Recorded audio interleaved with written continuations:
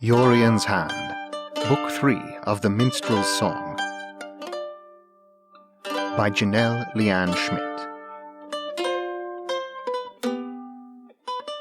Narrated by Benjamin Fife.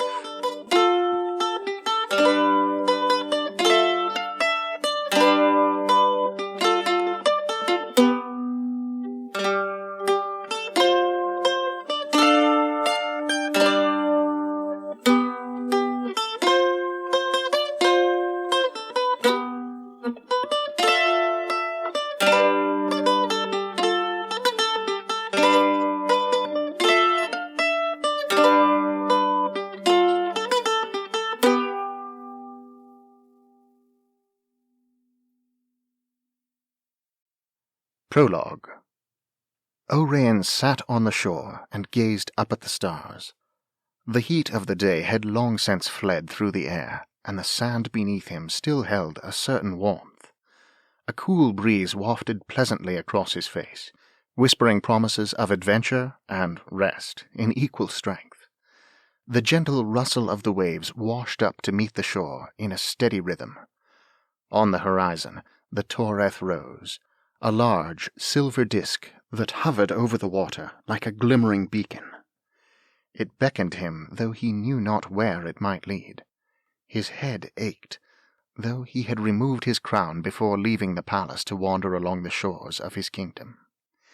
His kingdom, Aeolon. It still felt surreal. The oaths he had sworn that morning before many of his countrymen weighed heavily upon him. They wrapped him in their solemnity, and the responsibility for which he was now solely accountable. It was the weight of those oaths he now bore, not the remembered insignificant pressure of the crown he was as yet unaccustomed to wearing. It had been nearly a year since King Arnaud announced his intent to abdicate the throne, and proclaimed Oraeyn as his chosen successor. In that time, Oraeyn went from an orphaned squire, toiling towards knighthood in relative obscurity, to a direct descendant of one of the greatest kings Aom-igh had ever known.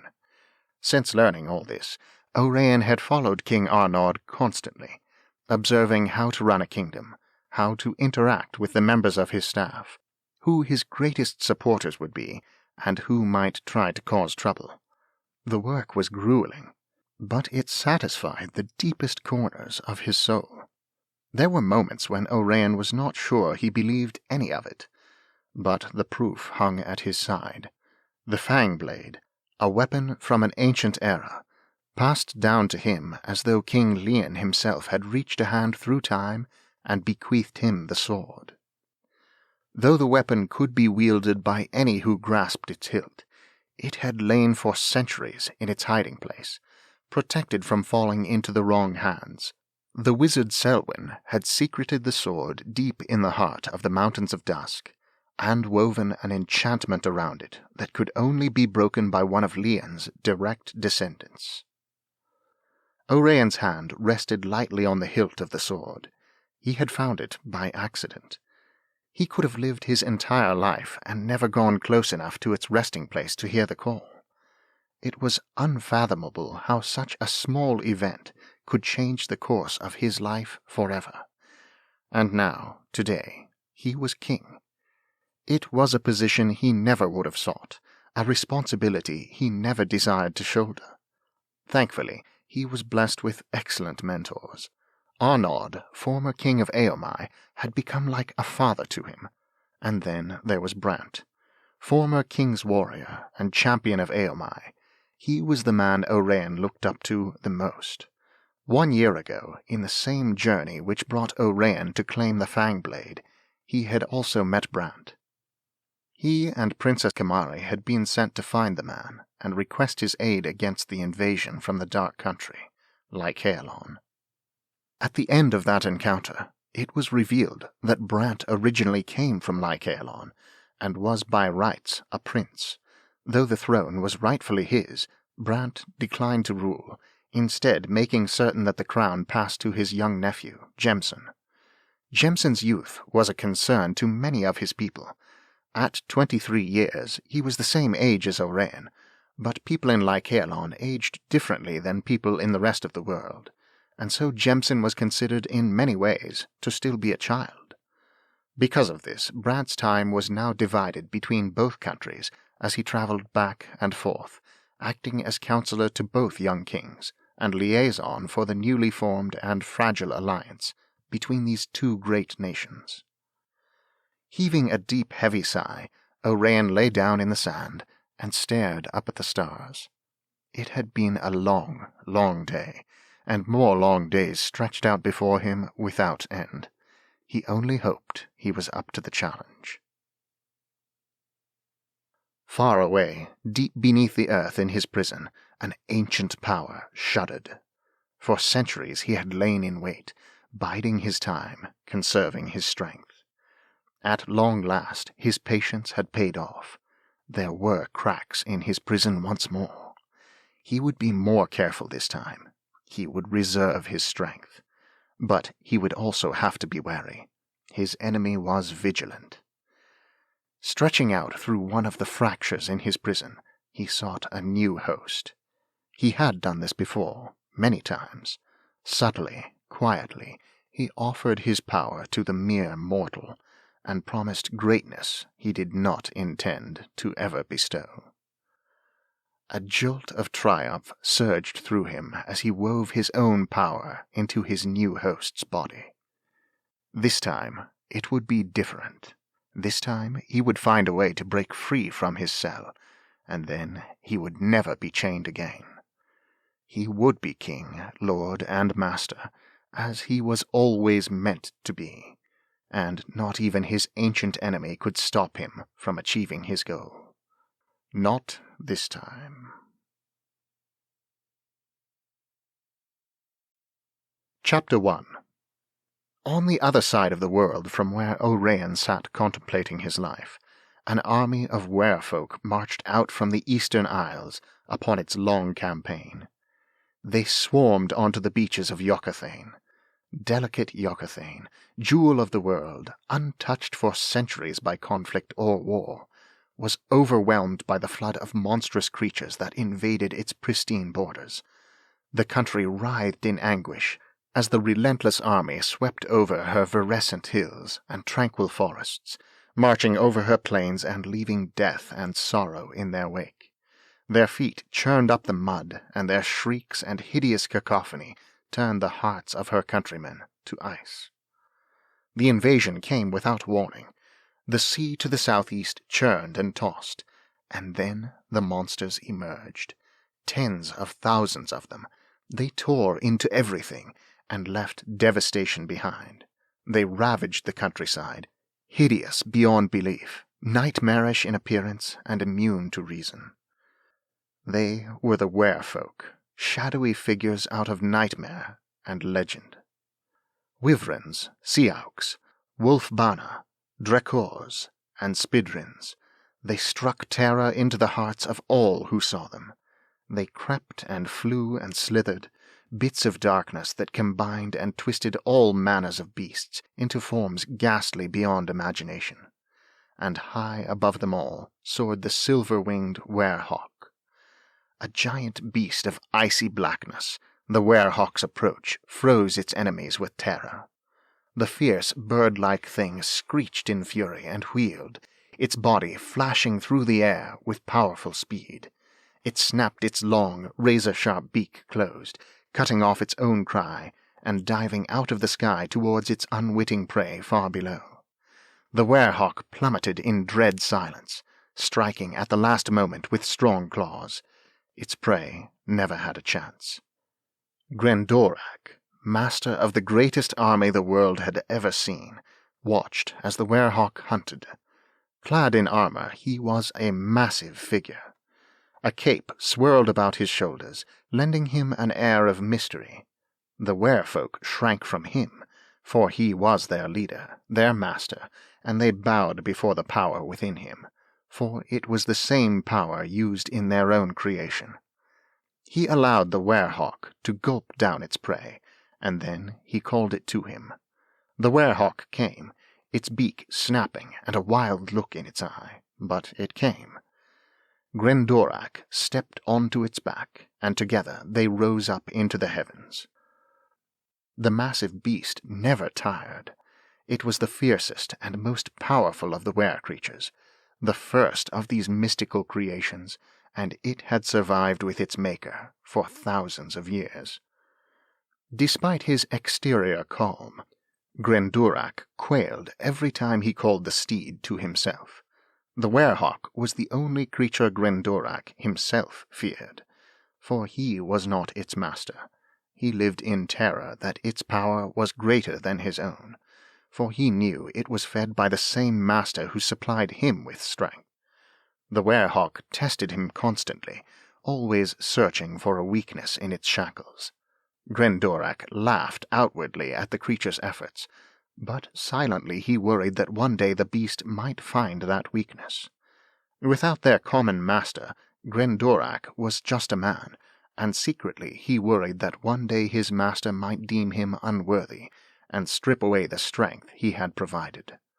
He strove to align his goals with that of his master, to prove himself worthy of the strength and power that had been bestowed upon him. Two separate entities, they worked together as one. Grendorak sneered as he looked down upon his army. His victory drew near, and he could already savor its sweetness. His lip curled with contempt at the thought of how easy it had all been. From the back of his werehawk, it was as if he could see all of Telluri Aqueous spread out before him, ready to be conquered and annihilated. Soon it will all be mine, and there is no one to stop me this time. He whispered the words to himself, or perhaps it was the power controlling him that whispered. It was more difficult every day for Grendorak to discern between his own thoughts and words and those of his master. None will stand before me this time. He leaned forward and patted his werehawk on the neck with an almost gentle fondness. Can you taste their dread, my beauty? Can you smell it? It tastes like freedom. This time we will not be stopped. We will not be driven back. Our prison will be destroyed, and I shall never be caged there again. Soon I shall reclaim my true form, and then I will rule forever as the king I was meant to be. The werehawk lifted its head and loosed a shrill scream of defiance into the night. Grendorak felt grim pleasure at the sound. He stretched his hand up into the night sky, straining to touch one of the stars that dangled there. He looked up at Yorien and laughed. You will not stop me this time, he snarled. You are powerless without someone to wield your pathetic gift. And I have already found him. I have touched his nightmares. He will not be able to stand before me, not this time. The constellation was unmoved by his comments. The stars glittered in the night sky, aglow with calm defiance. Grendorak hissed in rage and dug his heels into the sides of the werehawk, taking his hatred out on the closest thing to him. The werehawk screamed again, and its pain soothed his anger. In desperation, the people of Youghioghtain fled to the cities, burning everything behind them, for fire was the only thing the were-creatures regarded with any amount of consternation. And so the Jewel of the South burned, and the hostile enemy laid siege to the cities. Leodon, the capital of Youghioghtain, held strong against the enemy for 18 months. Despite being unprepared for a siege, Leodon was well stocked with food and water. In addition to a secret underground river that ran below the city, there were also tunnels and caverns upon which the foundations had been built. It was through these tunnels that messengers were sent, and some inhabitants of the city were able to be smuggled away to safety. Supplies could also be funneled into the city through these tunnels, but it was not comfortable. There was no easy way to supply an entire, overcrowded city's needs through a few tunnels. The inhabitants huddled within Laodon's walls suffered. Many died once cold term arrived, and then the food ran out. King Drebun stared down at his once beautiful city, his hopeless, starving people, and knew defeat had found them all. The ravening army outside his walls had issued no demands. No surrender could stop their advance, but survival might still be possible, for though these creatures slew many, they did not appear to be bent on killing everyone. But even if he and his people did not survive, word must be sent. He must attempt to warn others before they suffered the same fate as Yochathane. Making the most of what might be his last hours as king, Drebun called his most trusted and courageous messengers and gave them their assignments. Though we have sent for help, no help has come. We can only guess that our messengers never made it to their destinations. But we must try once more. We have enough within us to make one last stand, which must buy you the needed time to bring word to the people of Kaleum, Ephoin-Ebed, Lycaelon, Aom-igh, Endalia, and Emnole. You must warn them, because when we fall, they will be next. The dragon's eye shines brightly on Aom-igh, but thunder rolls across the rest of the world. Kiernan Kane mused to himself. The gangly minstrel perched precariously on his windowsill and stared out at the bright blue sky. His eyes mirrored the tranquility of the morning. His face held a somber expression. A bird chirped at the minstrel cheerily, laughing at his apprehension. Kiernan Kane jumped and almost tumbled backwards off his ledge. He rises once more, the minstrel insisted, glaring at the saucy creature on the tree branch outside his window. The ancient enemy stirs. I can feel it. He has begun his latest bid for freedom, and perhaps this will be the final confrontation. He is powerful, more powerful than he has ever been before. Clouds drew across the sky like ominous curtains. Kiernan Kane shivered and wrapped his long arms around himself. The bird hunched down on its branch warily. A chill wind rustled the leaves of the tree. Softly, the minstrel began to sing. The tune was low and haunting, and the words were grim, but his face was light, almost cheerful. Only two can stand before him, only one can hope to fell him. He shook himself. Ah, he exclaimed, when that enemy rises again, shall the fool be the wild card then? Only the minstrel remembers. Does the enemy remember too? He must. Does he tremble? Does he know the strength that may well be his undoing? Shall the fool lead the king when all other bonds fail? Perhaps. His face took on that strangely cunning look that belied its innocent appearance, and the room dimmed. Kiernan Kane sprang from the window and landed neatly on his hands. His agility was surprising, given his accustomed gawkiness. He chirped cheerily at the bird and flipped to his feet with cat-like grace. Crutheor Elkiel watches us all, and he would not have us fail, even when faced with an impossible task, he whispered. Then he squared his shoulders. Neither would he have his servant filled with doubts. Humming, he descended the stairs from his tower to the rooms below. As he neared the end of the hallway, he did a little dance that almost landed him in a heap at the bottom of the stairs. Pulling himself upright, he stopped humming and managed to get himself safely through the door. I do wonder what's for breakfast this morning, Kiernan Kane mused aloud. He tapped a finger to his nose, adopting his tranquil and unassuming expression once more. The eerie, discordant song that the minstrel had been humming, however, lingered about the stairwell long after he left. One by one, the candles in the room flickered and went out, and still the memory of the song remained, portending some evil, A chill wind swept across the land, but none noticed it. None, that is, except the minstrel. But he was too busy downing pancakes to be bothered by a breeze. The border patrol cannot hold much longer, the Aethelon captain reported in a matter-of-fact tone. "What is going on?" Jemson asked, his eyes narrowed. "The Sea-Auks have always been a nuisance, yes, but they have never attacked in such force and numbers before." "There is a change in these beasts," the captain replied. "Even Lord Brant has commented on the difference in these attacks over the past few months." At the mention of his uncle's name, Jemson's thoughts drifted. Brant had left for Aom-igh early that morning. It was a week earlier than he had planned, but Brant had his reasons.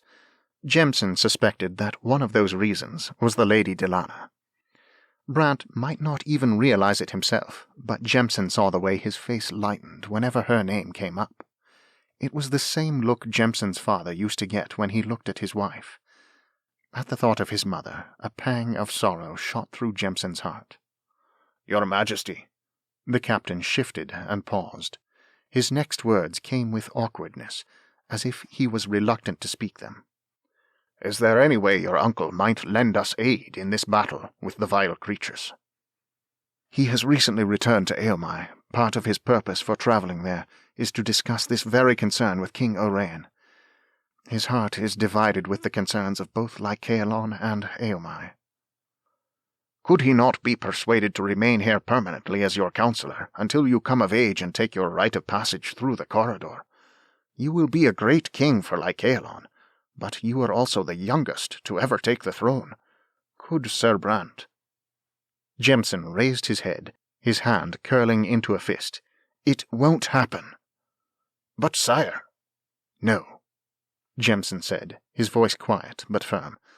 "Brant's heart is in Aom-igh. There is no way he would be willing to remain in Lycaelon for 17 years, waiting for me to grow up. I begged him to take my father's place on the throne, but he refused. He told me that if he took the throne for any amount of time, there was no guarantee that the people would let him step down when I came of age. He said he had never tasted the power of kingship, and he did not want to start.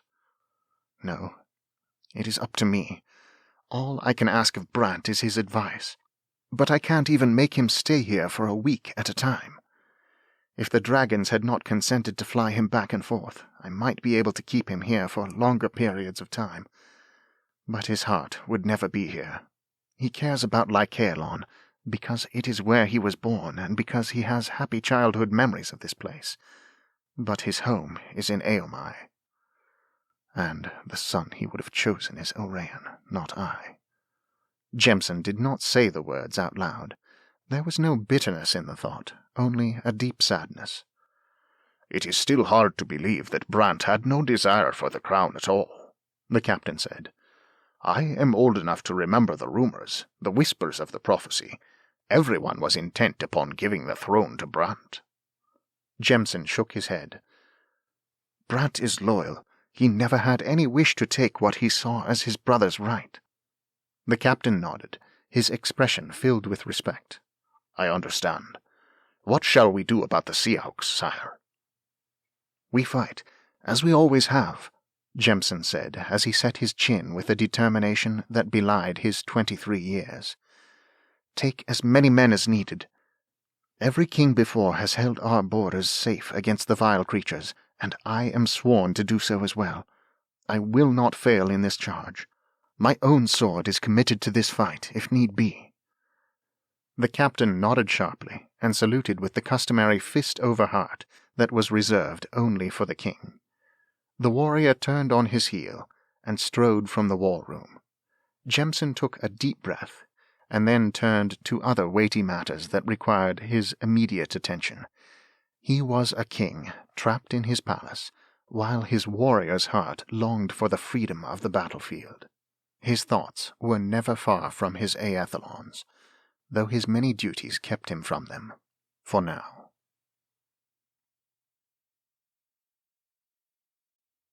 Chapter 2.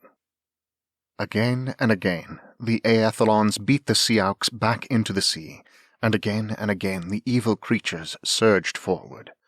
The men were exhausted, and the Seauks could sense it. They uttered chilling shrieks of triumph as their tireless ranks renewed their attacks once more. The Aethelons met these enemies with equal ferocity, but theirs was a battle of desperation. The men knew how precarious their position was, and were aware that the Seauks, with steady deliberation, had forced their ranks to retreat to this specific location. Lycaelon had a natural defense from sea attacks with its sheer, rock-faced cliffs, which bordered much of the nation's perimeter. The cliffs often ended in sandy beaches or dunes that sloped down to the sea. The cliffs themselves were unassailable, but there were breaks in this mountain wall, and it was towards Caethia Gap, the largest of these breaks on the northern border, that the battle now raged. No longer were the cliff walls at their back, but rather the open fields, homes, and towns of their countrymen. The Aethelons knew their strength would soon fail, and they understood the consequences of this defeat. The Seauks had been a recurring problem for centuries, though their presence had always before been a mere nuisance. They were predators with bluish-black scales and long, wiry limbs that ended in clawed hands and feet, perfect for ripping into their prey. They were shorter than most humans, but much stronger and swifter. Their faces were elongated like a lizard's, but they had long, sharp teeth like a wolf or a bear. It was a rare occurrence for Seauks to slip past the border patrol, but when they did, they killed everything in their path: sheep, cows, dogs, birds, bears, and people. They were most eager to kill humans. They were not pack animals and usually did not appear in companies larger than 3 or 4. The border patrol was charged to deal with this threat, but in the past few months, the Seauks had begun to work like an army. Their attacks were coordinated, cunning, and precise, and their numbers were staggering. The border patrol members were no longer fighting a senseless creature for ownership of a beach. They were fighting a purposeful, organized enemy for dominion of their country and their future. "We're losing ground, sir," one of the Aetoli warriors screamed to his captain over the roar of the Seauks. The shouts of men could be heard on every side amidst the clash of battle, and the ever-rolling, thundering waves of the sea created a steady, deafening rumble. The sand churned beneath the hooves of horses and the clawed feet of the Seauks. "We cannot hold this ground." "We must," the captain yelled back. "If defeated here, we lose our country."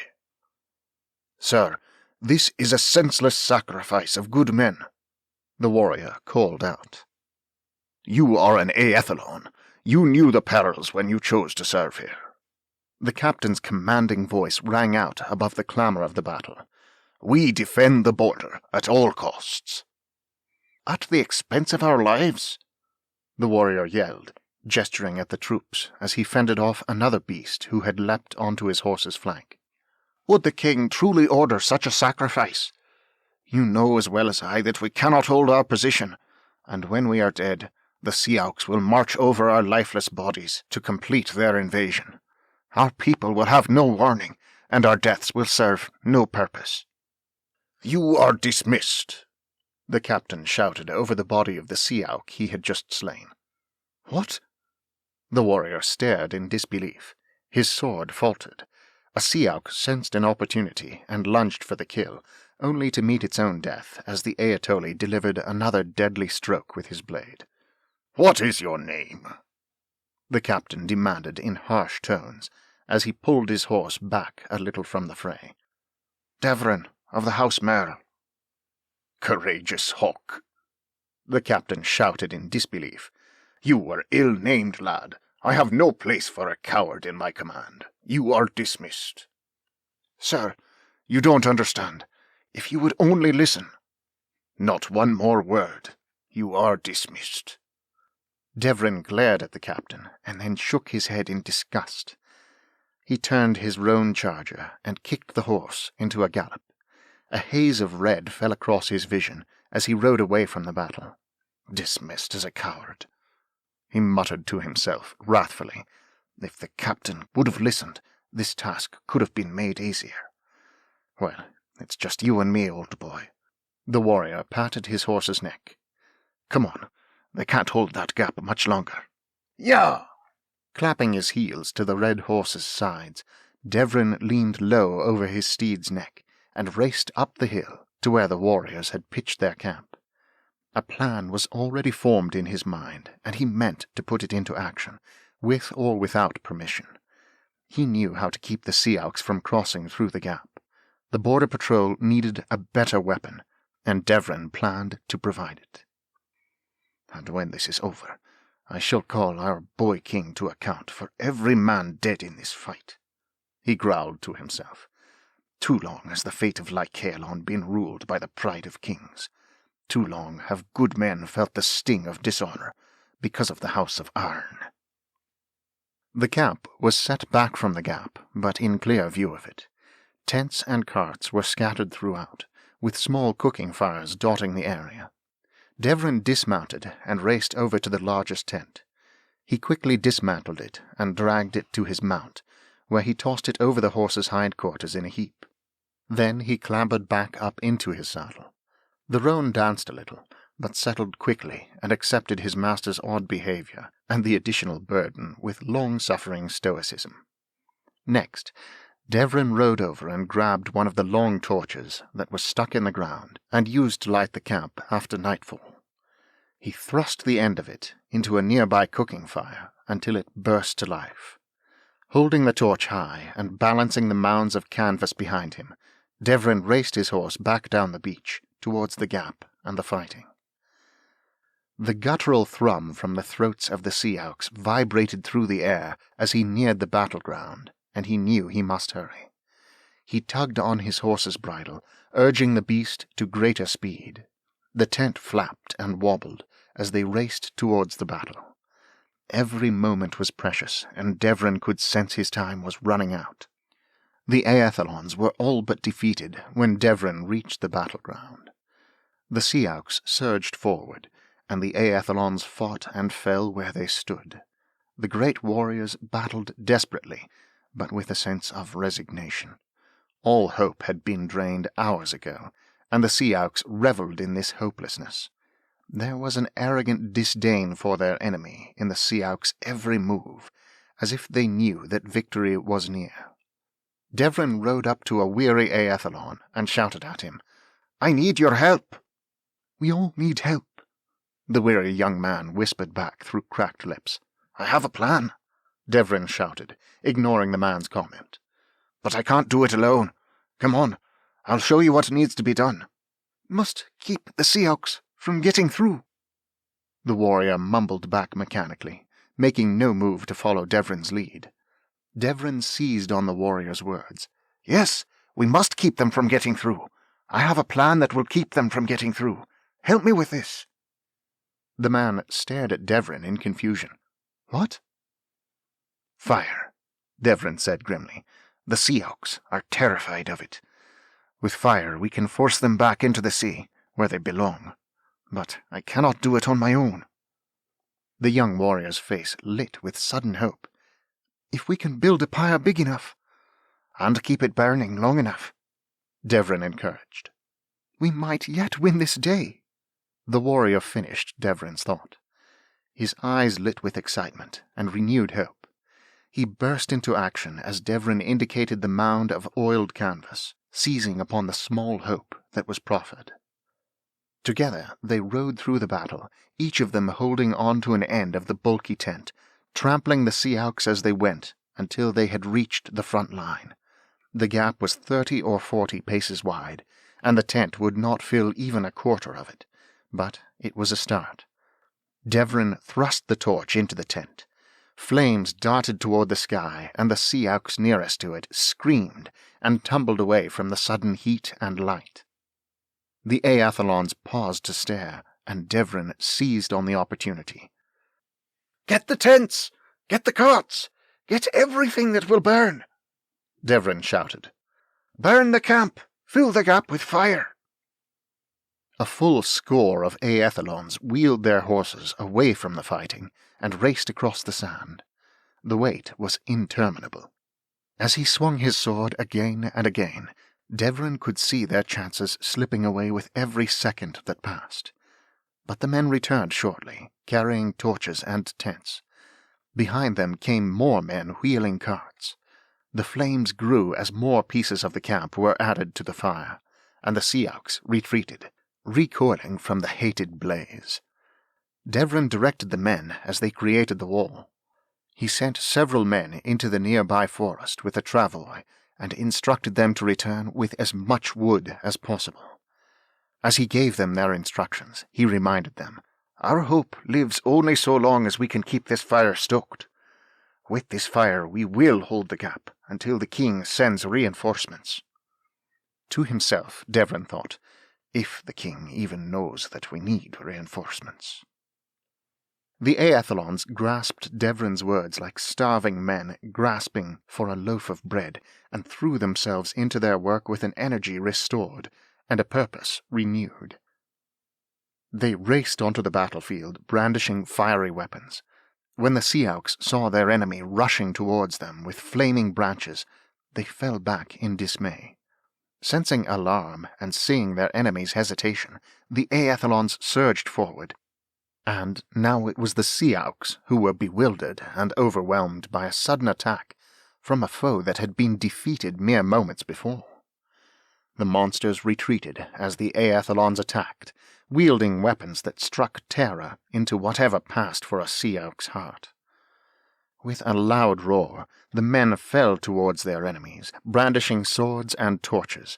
The great pyre grew larger, and the fire burned hotter with every passing moment, as the warriors worked feverishly to build a wall of flame that would keep their border safe for yet another day. At long last, the pyre stretched across the width of the gap, and the fire sprang brightly into the darkening sky. The Aethelons backed through the tiny gap that was left, and then threw more wood on the fire, completing the wall of flame. The Seauks were contained between the fire and the sea, and the Aethelons raised a cheer at their success. More warriors returned with wood, and they were immediately set to work keeping the wall of fire in place. It was a temporary solution, but it would hold for now. Devron felt a thrill surge through him as the final pieces of the wall were put in place, and the Seauks were cut off completely. It was a good work, he thought, even if it was his last work as an Aethelon. "Devron!" A warrior came rushing up to him. "Are you Devron?" Devron turned. "Yes." "The captain. He's asking for you." Devron's shoulders slumped. "Take me to him." He rode behind the other man, wondering if he would be allowed to keep his rank. He had worked hard to attain the coveted Aetoli title. There was no escaping the dishonor of being dismissed, but he hated the thought of giving up his rank. The other warrior led Devron to the back of the line, where the captain was waiting. But it was not the reception Devron had expected. The captain was lying on the ground, his face pale. He had a blanket draped over him, but Devron spied the bloody rags in the hands of the man sitting next to him, and knew the captain had been wounded. He dismounted and knelt on the ground next to the man. "Sir?" Devron asked. "You wanted me?" "I was wrong," the captain whispered, his voice rasping with the effort. "You are no coward. I saw what you did. That was brilliant." "Thank you, sir," Devron said. "Forgive my harsh words about your name. They were spoken in haste and despair." "I've heard words like them before. They don't matter." "I thought the name House Merle sounded familiar. Did you serve in the King's Helm? You seem young for it." "My older brother, sir. He died in Aom-igh." "I am sorry to hear that. We could use more good men like you." The captain's breath caught and grew ragged. Devron leaned forward in concern. "Sir." The captain waved a hand. "I do not think I am long for this world. I wanted to ask you, have you held a command?" "Yes, sir," Devrin affirmed, "in the Palace Guard, before I asked to be reassigned to the Border Patrol." "Not much experience leading men in battle, then?" "No, sir." "But you acquired the Ayatollah rank, I see." The captain gestured at the pin on Devrin's collar. "Yes, sir, a few months ago." "And you've got a good head on your shoulders. That fire was quick thinking, and the men followed your orders." The captain gasped and coughed, spitting out blood. "With all due respect, sir, you should be resting," the attending warrior said quietly. "I'll rest in a moment," the captain growled, then paused as he was seized by yet another fit of coughing. When he had recovered, he lay back, panting. "Devrin of House Merle, I hereby leave you my command." Devrin felt a shock course through him. "Sir? Son, some leaders are born, and some are made. The way you handled yourself tonight, anyone can see that you are born to lead. I have no doubt that you can do this. Besides, you must have talent. They don't bestow Ayatollah ranks upon just anyone." "I am too young to command an entire patrol." "New rank or not, you earned the title of Ayatollah. Do you know that is one of the highest honors you could have been given?"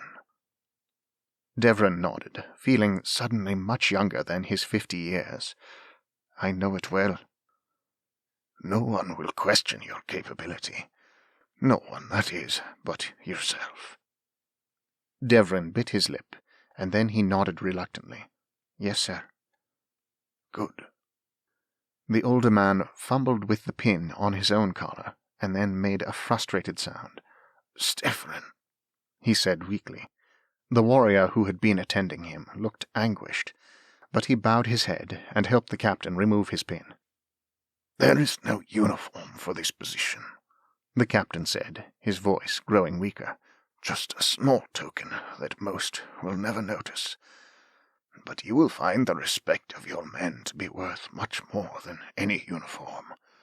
You have surely earned that today. You will need to earn it every day." He placed the pin in Devrin's hand. The captain made a fist and clapped it over his heart in a salute.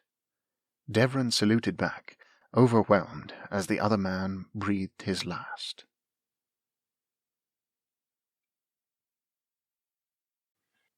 Chapter 3. Delana strained against her bonds and struggled to keep herself from screaming. She was not certain she could even utter a sound. She could not see, hear, or feel anything. Worse than that, she could not reach her magic.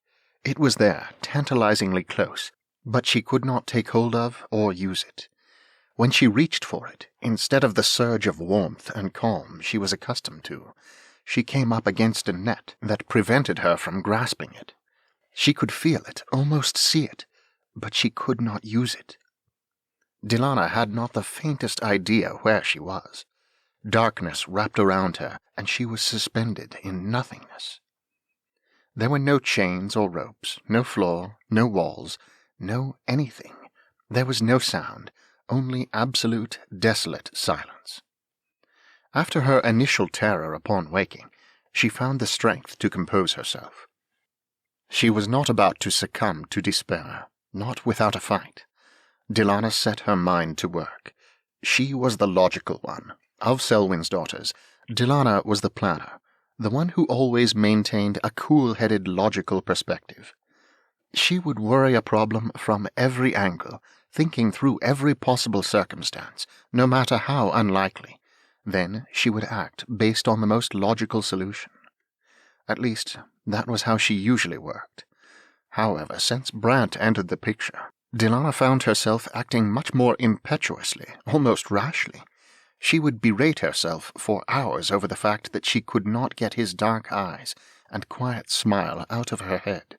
She recalled a moment beside the fire when Brant had taken hold of her arm, with a lightning-quick grab, reflecting both steel and a tenderness, telling her they needed her strength. Had he said they? or he needed her strength. Dillana ground her teeth in impatience with herself. Now was not the time to be thinking about Brant. First, she must figure out how to escape. She would sort through her emotions about the wanderer from Lycaelon later. She told herself that every cage had a keyhole, and every lock could be picked if one possessed the right tools and the patience and skill to use them. Taking a deep breath, the wizardess set to work exploring her prison as well as she was able in her limited position. She tightened each muscle individually, trying to discover exactly how much movement she was allowed. She was not sure how this knowledge would help her, but she knew that if this prison had a flaw, it was likely to be infinitesimally small. Her mind wandered again, as she wondered briefly what had happened to Leanne. She shook the thought away, forcing herself to focus on the task before her. If Leanne was also a prisoner, there was nothing Dillana could do until she herself was free. And if Leanne were free, she would be searching for Dillana right now. She tried to think. How long might it be before anyone discovered she was missing? If Leanne was also trapped, it might be days. They had sent a message to Oraeyn shortly before trying Leanne's experiment. So it would be 2 days at the very least before Oraeyn became aware of their absence, and that was being generous and assuming he would send a reply immediately. But how long had she been gone? A minute? Or a day? Devrin felt alone and insignificant. The camp buzzed with activity, but he had nowhere to turn. Entrusted with command of the border patrol, he was at a loss as to what his next move should be. Kellan. Devrin let his thoughts wander to his brother. You were the leader, not me. What should I do next? I don't know how to lead these men. I wish you were here. Sir, a voice broke Devrin out of his thoughts. He turned and saw the man who had been tending to the captain. Devrin suddenly realized he knew the man from his training days. He could not remember his name, but he recognized the face. Devrin nodded. Yes. I am the captain's chief of staff. As you are now the captain, it is my job to assist you in taking on your new orders. My name is Stefan. We were gerfalcons together, I believe. Ah, yes. It is good to see you again, Stefan, and I am grateful for any assistance you can provide. Begging your pardon, sir, but you look a little confused. Well, I am a little at a loss for what to do now, Devrin admitted. The first thing is to present you to your commanders and later to the entire camp. Everyone will want to meet the man who pulled us out of the fire by throwing everything else into it. Stefran's lips twitched, and his eye twinkled in merriment. Devrin was relieved to see that his chief of staff apparently had a sense of humor. He followed Stefan to his new campsite. As they walked, Stefan kept up a steady stream of conversation, helping Devrin feel a little less lost and alone. Are you new to the border patrol? Stefan asked at one point. Devrin shook his head, feeling a bit numb. I've been in the border patrol for just under 3 years now, but I was only just transferred to this regiment a week ago. Well done, sir. Been here a week and already in command. No wonder you looked a little at loose ends when I found you. No worries, though. Not very long ago the entire border patrol was lost, and you set that to rights. I think you'll find your way around this command, sir. Not a doubt in my mind. After a warm welcome from his commanders and men, Devrin gave his first orders, sending every man who could be spared into the Iron Wood, the nearby forest, to retrieve timber, to keep the wall of flame alive. Once that was done, Devrin plied his commanders with questions about the structure of the border patrol, and requested recommendations for young men of promise. Then he asked for their opinions on strategy and results, what had worked, and what had failed in the past, and what had yet to be tried. The wall of flame flickered in his peripheral vision the entire time he spoke with them, a constant reminder that his solution was a temporary one. He had ended the battle and bought them a reprieve, not a victory. After many hours late into the evening, Devrin adjourned the council. Thank you, men, for your hard work, your thoughtful consideration, and your long hours. Get some rest and be back here at first light. We have much to do." As they departed, Devran found within himself a deep and abiding contentment. He was well pleased with his commanders. They were thoughtful, creative, and insightful. "If you need anything, sir," Stefan offered kindly, "my duties are to assist you in yours." Devran nodded. "Thank you. Unfortunately, some young hero burned the captain's tent earlier today, so you'll have to make do with sleeping under the stars." Stefan's voice held a hint of laughter. Devran chuckled in spite of the urgency of their situation, and the threatening enemy camped just beyond the fiery barrier. "I should give that young hero a stern talking to," he replied.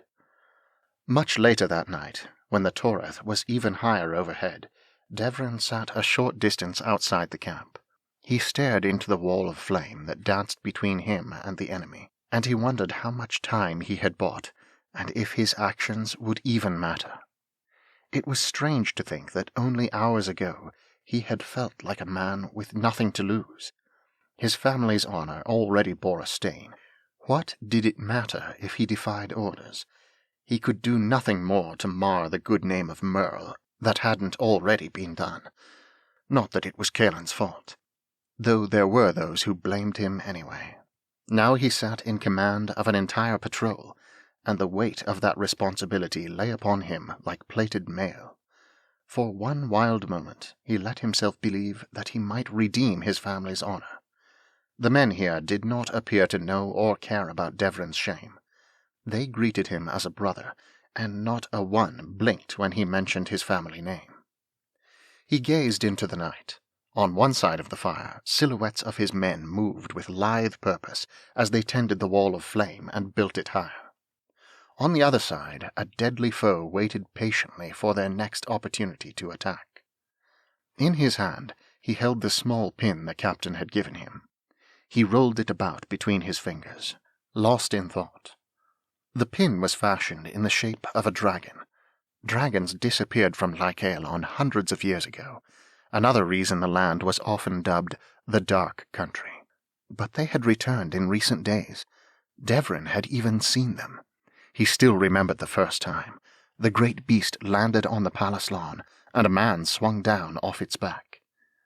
Devran's reaction to the sudden appearance had startled even him. He was not afraid. He merely felt a deep longing when he saw the dragon, and he instantly knew what the creature was. No one had to tell him.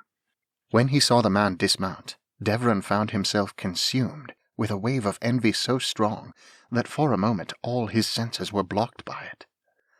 A sudden, sharp pain in his hand pulled him out of his musings and made Devran glance down. He watched in quiet fascination as his blood rolled down the back of the pin. Blood blossomed like a tiny flower on the tip of his finger, where he had accidentally stabbed it, but his thoughts were too far away to be bothered by such a small thing. His mind danced across the clouds on the back of a dragon, free to conquer the open skies and fly up to starlight, impervious to the trivial concerns of name or house or even honor. With a monumental effort, Devran brought himself back to the ground with a rueful laugh. Such fancies were foolish and perhaps even dangerous, but the longing was still there. The next morning, Devran woke up early and greeted his men personally. He was quick to use the authority of his new position, and he sensed that the men were beginning to respect him even in the first few hours of his command. The words of the old captain echoed in the back of his mind always, and he now understood their meaning.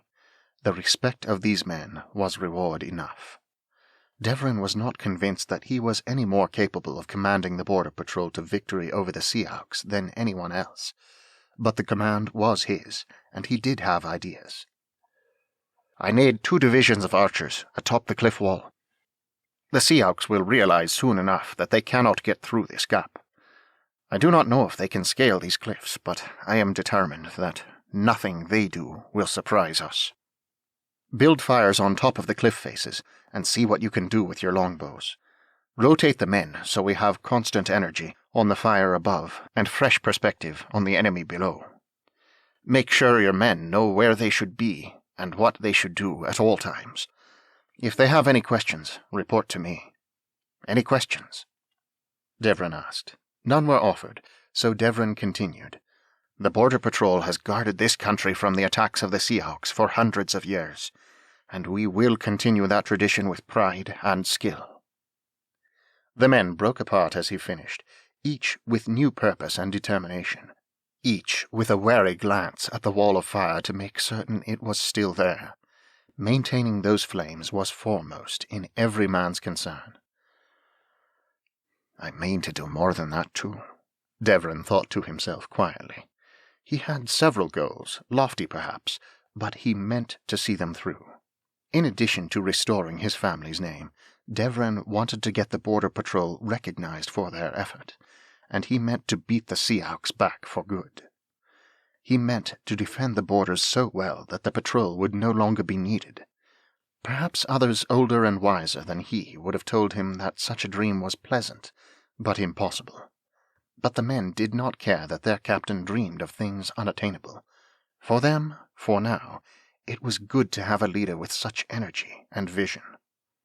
And someday, Devran added to his list of dreams, I'll fight the Seahawks from the back of a dragon. He let out a pent-up breath and berated himself for being childish. Even he would admit that such a dream was foolish. He was not even sure why the idea of riding a dragon fascinated him so much. Ever since he had seen the dragon near the palace, a part of him yearned to see another one, to get close enough to touch the scales. He longed to sit upon the great spiked back, and rise up to the clouds to meet the dawn. He shook his head. Now was not the time for dreams of dragons. There was work before him, and it was up to him to make sure that it got done. Devran looked around the camp with sober mien as he watched his plans spring to life.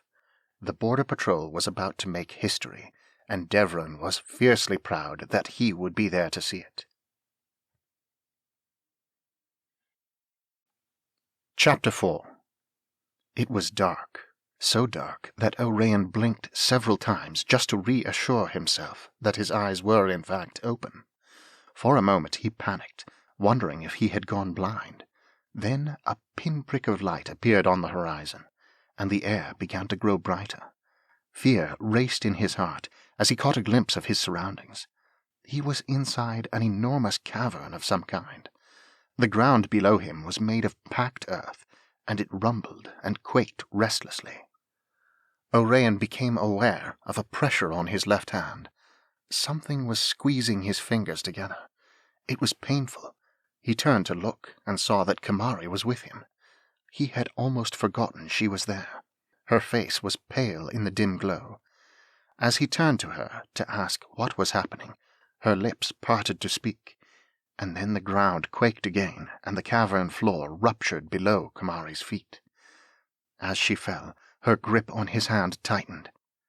The sudden, unexpected weight on his arm pulled Oraeyn to the ground.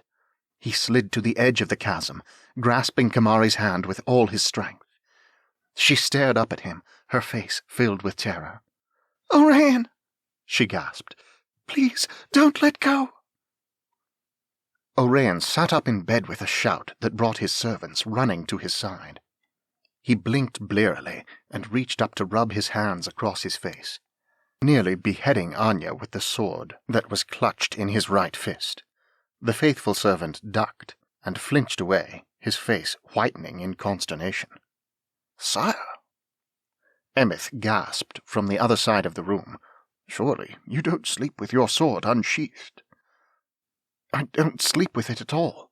Oraeyn stared at the fang blade with bleary perplexity. The golden blade glinted with brilliant innocence in the full light of day that poured in through his window. He shook his head. "I haven't even touched it since the coronation. I keep it hanging on the wall, you know that. Forgive me, Aom-igh." While the ancient sword was like a piece of his own history, Oraeyn felt uncomfortable wearing it, and much preferred his old plain one for everyday use. "No harm done, sire." Aom-igh's wrinkled face was a portrait of deep concern, and his voice was shaky. "Ah," Emeth pursed his lips dubiously. The two servants shared a meaningful look across the bed. "Yes, very well. I shall warn the others about waking you too suddenly in the future." "I mean it, Emeth," Oraeyn protested. "I have no idea how the fang blade ended up in my hand just now." "I see." Emeth's tone was less than convinced. "In any case, it is time for you to get up.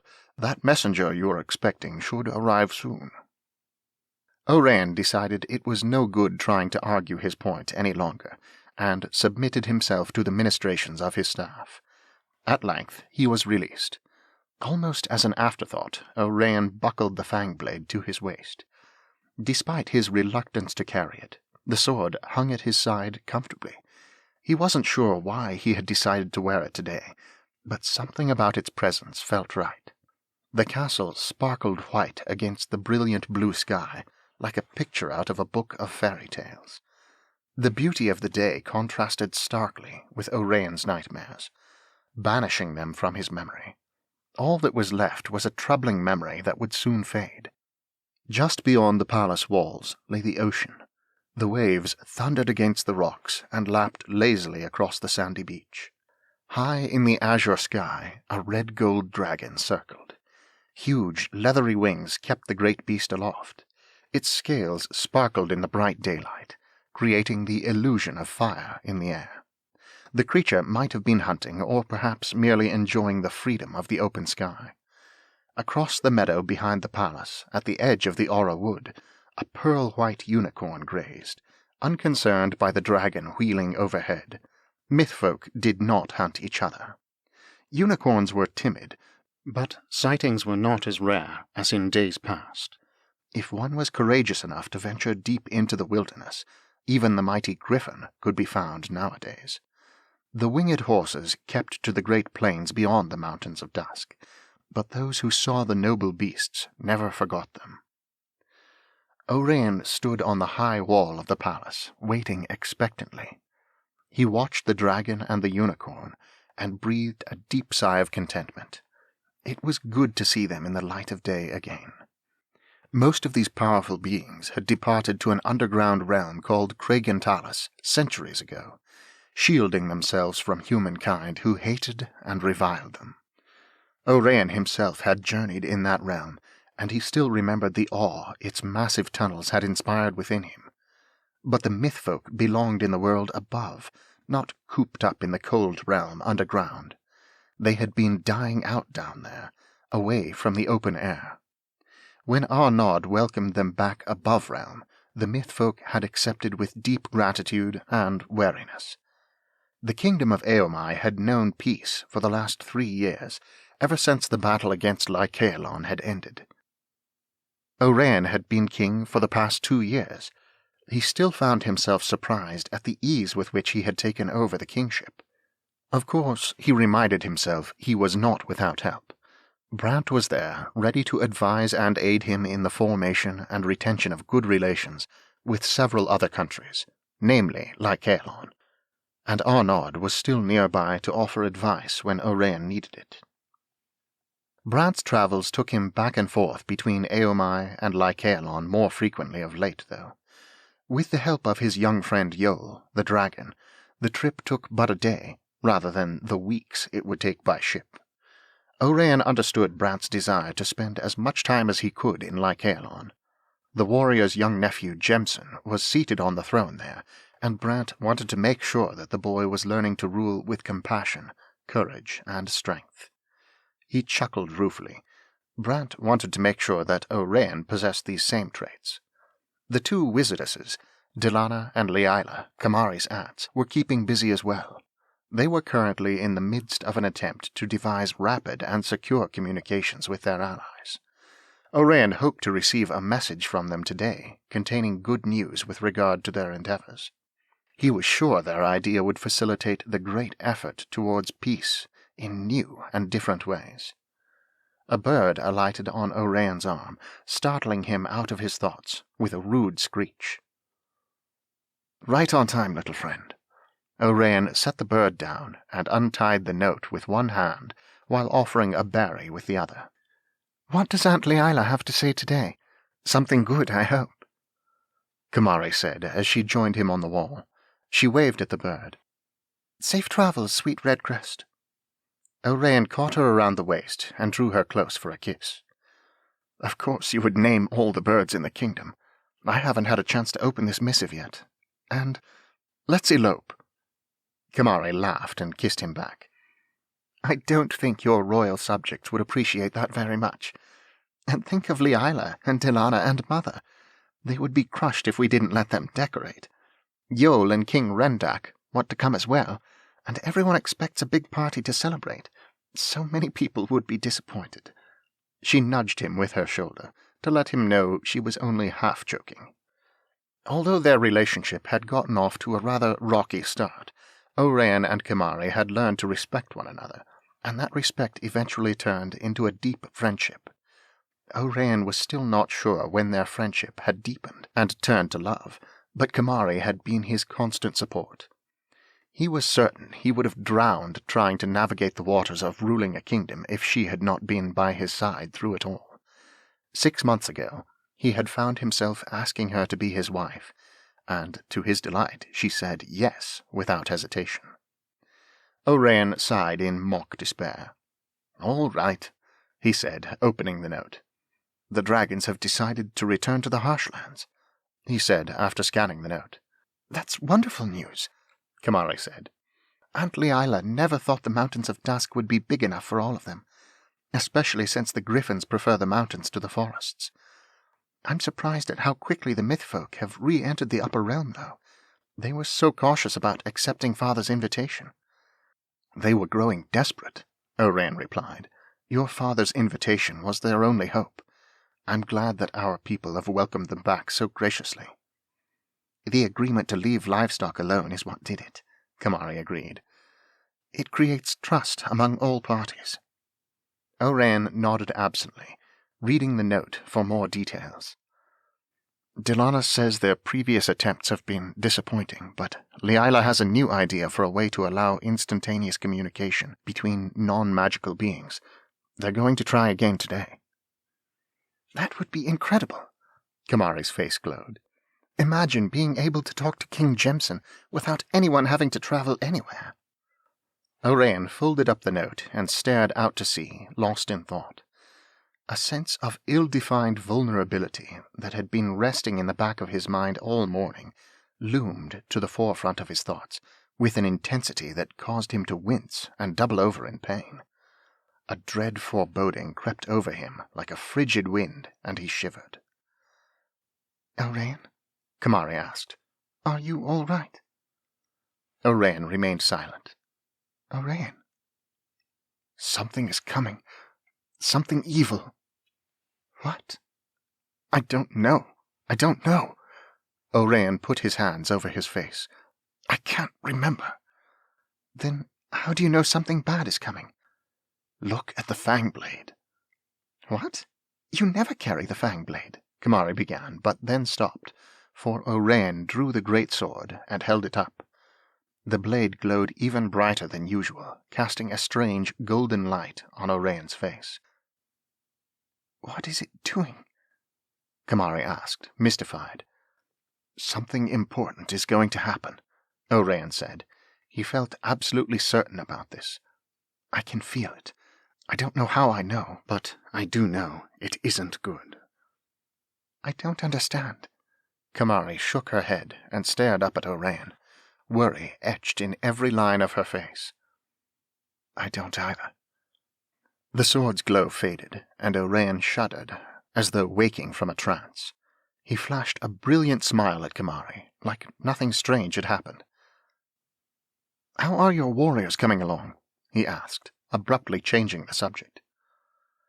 Kamarie's brow furrowed, but then she shrugged and let the matter drop. "The Order is really coming together," she said, her voice growing excited. She always grew animated whenever talking about her lady knights. "We have new women arriving every day to take up the shield. The knights have been so helpful and have taught us so much.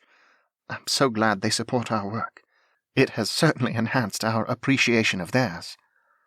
Oraeyn felt his heart swell with pride at Kamarie's enthusiasm.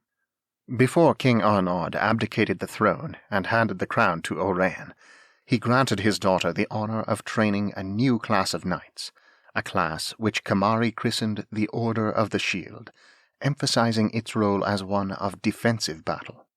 The king charged her with creating a revised code for this new class of knights, and then gave Kamarie the authority to oversee and implement the recruitment, training, and outfitting of this new force for full readiness in 3 years' time.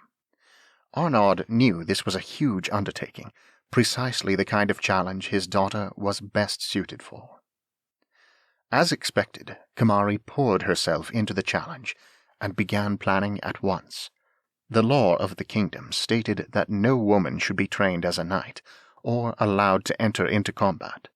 Princess Kamarie, however, had ignored those rules, convincing one of the older knights to train her as his squire.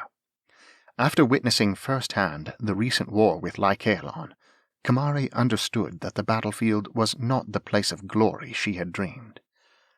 When Kamarie was offered the honor of becoming the first woman to attain knighthood, therefore, she declined, preferring instead to become the first female warrior of the Order of the Shield. Instead of calling themselves knights, Kamarie had spoken at length with Brant about names, and had settled on Aom-igh, an archaic word in Lycaelon's history that meant rampart. In Kamarie's mind, the names stood for the idea that their role in battle was to defend, to buy time, to protect their people in order to survive another day, another dawn. The women who joined were first called Shield Guardians, and could rise through the ranks to become full-fledged Eolan. Kamarie was selective and demanding. Age or class distinction did not matter, but courage, character, and love for Aom-igh were paramount requirements. Induction into the Order of the Shield was only possible after a minimum of 2 years of intense training. Then the women were required to claim their oath, that they would follow the rules of the Shield, which included upholding the king and defending the weak, that they would conduct themselves with honor, and that they would never take a life except in defense of themselves or someone else. Kamarie's main concern had been that the knights of the realm would be opposed to her work. Her worries were quickly relieved. Upon learning of the rules of the new order, the knights became the most ardent defenders of the idea. They even offered to help train the first group of women, until there were enough full members of the order that their aid would no longer be needed. It did not hurt that they bore the king's approval, nor did it hurt that Kamarie was respected and beloved by everyone. "Forgive the interruption, sire." The servant's tone contained the faintest hint of exasperation. Oraeyn was starting to believe it was a requirement for servants to always sound just a bit irked with the world at large. "Yes. Lord Brant has just arrived. He awaits your presence in the Grand Hall." Oraeyn's spirits lifted. He's not supposed to be back for another week. Together, Oraeyn and Kamarie made their way to the Grand Hall. Brant was leaning against the doorway as they entered the room. "Brant!" Oraeyn cried. "What are you doing here?" The warrior's hair was a bit longer than usual, and wind-blown from riding a dragon all day. His square jaw was set in a grim expression, even as he stepped forward to clasp Oraeyn's hand. "I come with urgent news from Lycaelon." Brant's words were quiet, but they carried a great weight. "The Aom-igh annoyance has grown in the past months to a sizable threat. They attack in great numbers, and with a coordination and intent we have never before seen. I must speak with you about the possibility of sending reinforcements." Oraeyn's joy at seeing his friend and mentor dimmed. "Of course, whatever Jemson needs." "I may need to meet with King Rendak as well," Brant continued. "Warriors would be welcome, but dragons could really make the difference. Jemson had just received a report from the Border Patrol when I left. It sounds as if the situation out there is growing desperate."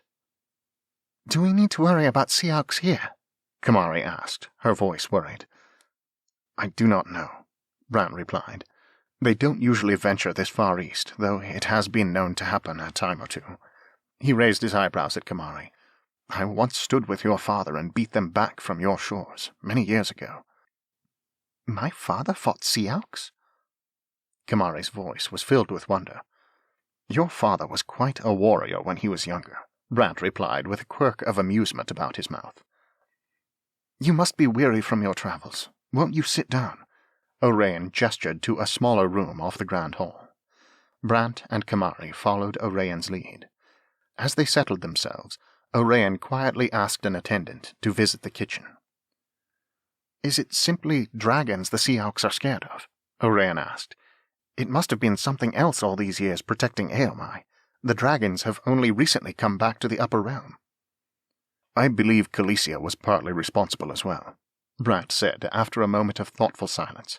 She took her duties as gatekeeper very seriously. Khaleesi did a lot more than most people realize. Oraeyn's voice was thoughtful. That she did, Brant agreed. She was the most powerful being I have ever met. I am convinced she was a mage. I thought she was a wizardess, Kamarie said. Yes, that was her race. I was speaking to her magical ability.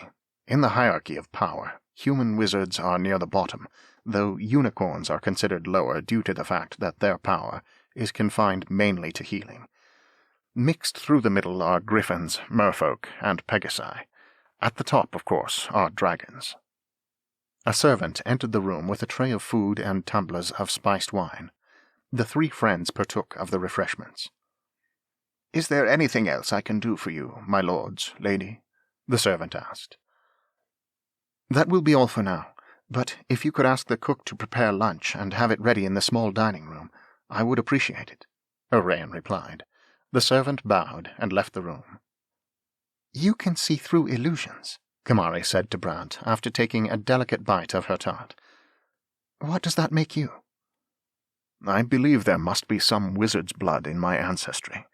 Brant shrugged and took a sip from his cup. And there is the oath of my country, which is old and powerful.